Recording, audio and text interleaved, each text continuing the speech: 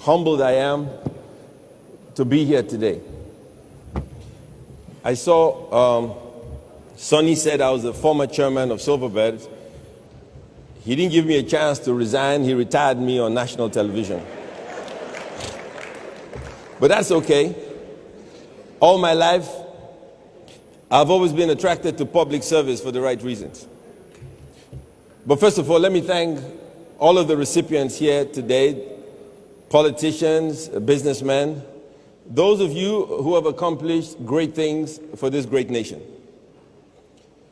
When I decided to run for public, I decided to run for the right reasons. I was concerned about the poverty in the land and the inability of governments, federal, state, local governments to function at the level we ought to.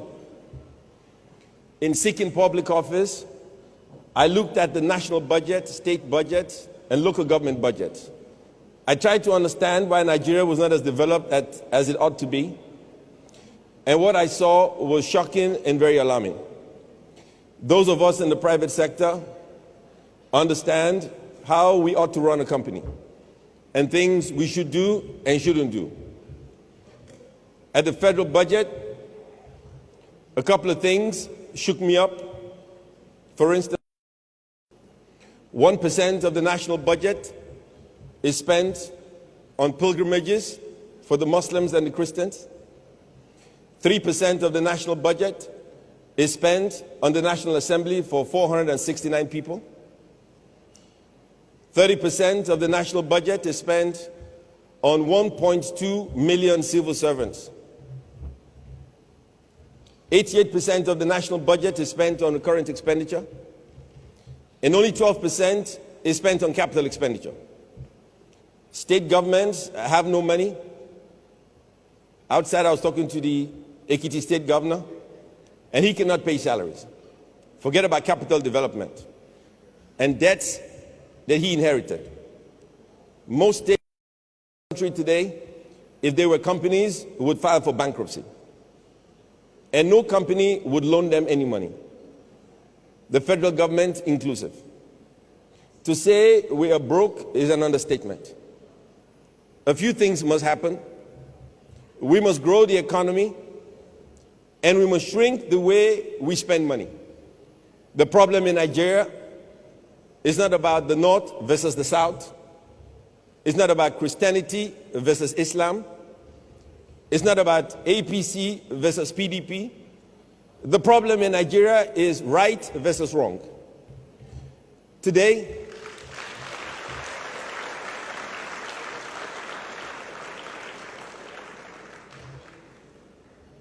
I was interviewed by Bloomberg magazine the other day, and they asked me the problems about the Northeast and the South-South.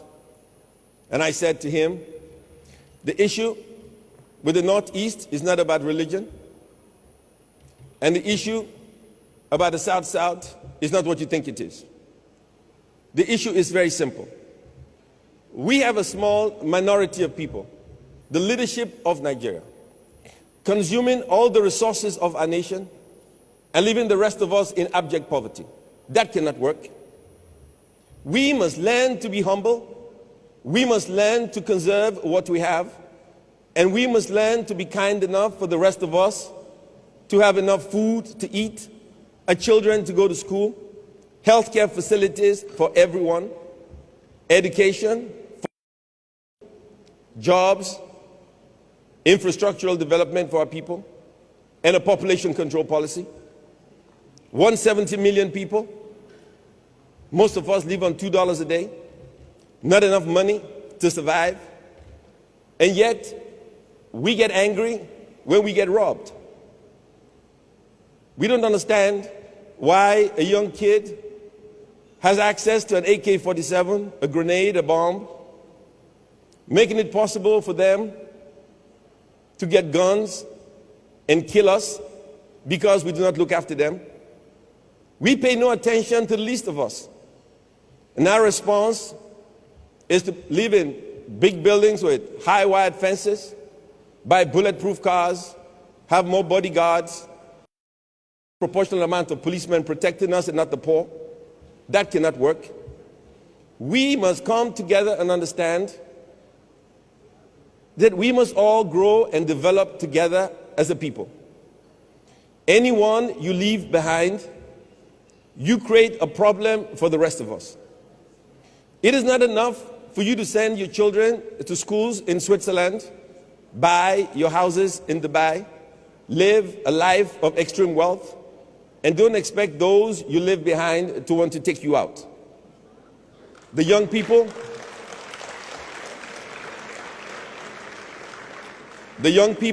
belong to what I call the MTV generation. If 5 presidents could not shut down Fela Nicolas Bokuti, you 100 million people.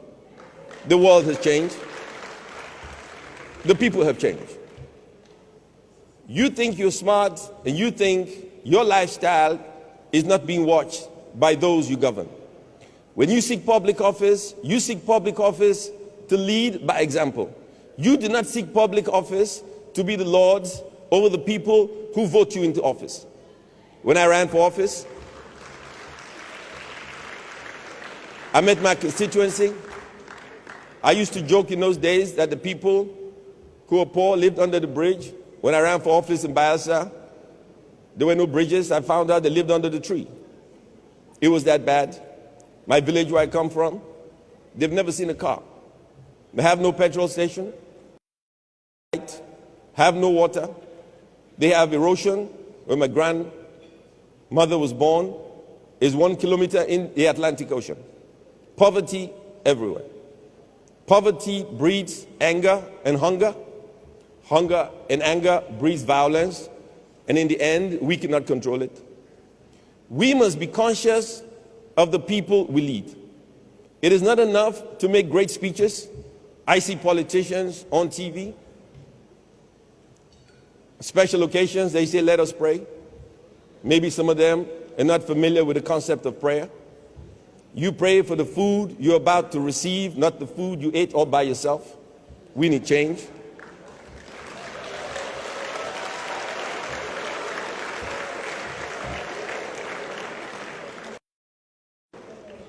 The world has changed, and we must change. It's not just talking about change, we must have the real deal. Change is real, change is here, and change is now. And for us to change, we must understand what drives our people. There is too much hunger in the land. So I'm going to make a deal as your senator. I ran for office to be the senator of all people, not just Bayelsa East, because we have a crisis on our hands. Let's make a deal. Let's say, for instance, to reduce expenditure, only the president and the vice president fly first class. As an example. Let's say the National Assembly, governors, fly business class. Everybody else flies economy. Is that a deal? When you travel abroad, you don't stay in a $4,000 hotel paid for by taxes. I run a business. We employ 1,000 people. I've never stayed in a hotel more than $300 in my life. Not because I can't afford to. But when I think at the end of the month I must make payroll, I must pay taxes. How can I justify staying in a $4,000 hotel? It doesn't make any sense. I have never flown first class in my life, ever. As a young man, I flew Nigeria Airways. Then I flew Virgin Nigeria. Now I fly Arik. And I do so on purpose. I have a choice, but I choose to fly my carrier to do. You cannot sit here and talk about nationalism and patriotism.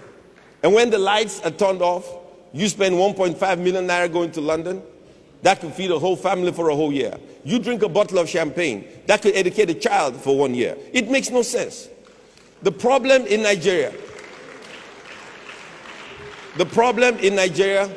is the rich versus the poor.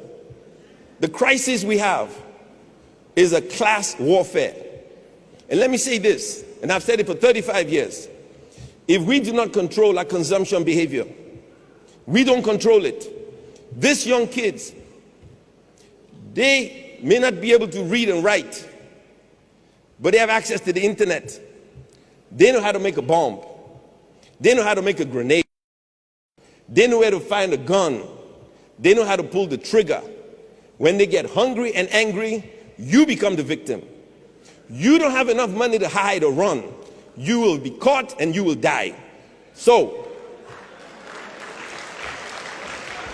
suffer for walls, enjoy for heaven. Christians go they yab, in spiritual heaviness. Muslims go they call Allahu Akbar. Suffer for walls. I used to be chairman of the Fela Foundation, so. But let me say this. Let me say this. The world has changed. We have not changed. When we go abroad, we go look for aid. We go to Congress, British Parliament. The man we speak to, my colleagues, they go to work by bus. They come to work by train, by taxi. When we go in there representing the federal government of Nigeria, we go in a private jet. We wear $1 million watch. Our women carry a $100,000 bag. And they look at us and they say, you represent the poor people. I see it on TV, poor people. It hunger. But you come here representing us with $1 million watch. How do you think we look? We look like we have no conscience. We have no conscience. What is the qualification to seek public office? School certificate. What university teaches us about compassion? We must care about the least of us. If we don't, we pay the ultimate price and destruction.